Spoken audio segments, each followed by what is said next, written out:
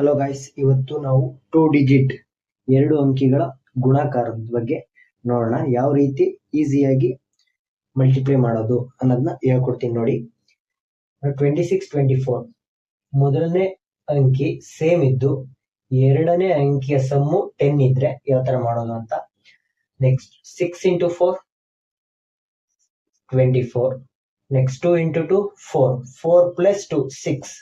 2 ನ ಆಡ್ ಮಾಡ್ಕೋಬೇಕು. ಯಾವ ಅಂಕಿ ಇದೆ ಆಡ್ ಮಾಡ್ಕೋಬೇಕು. Next 8 into 6 8 into 2 16.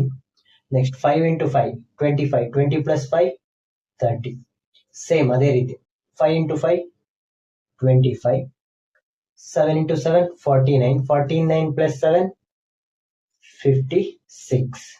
7 into 3 21. 9 into 9 81. 81 plus 9 90.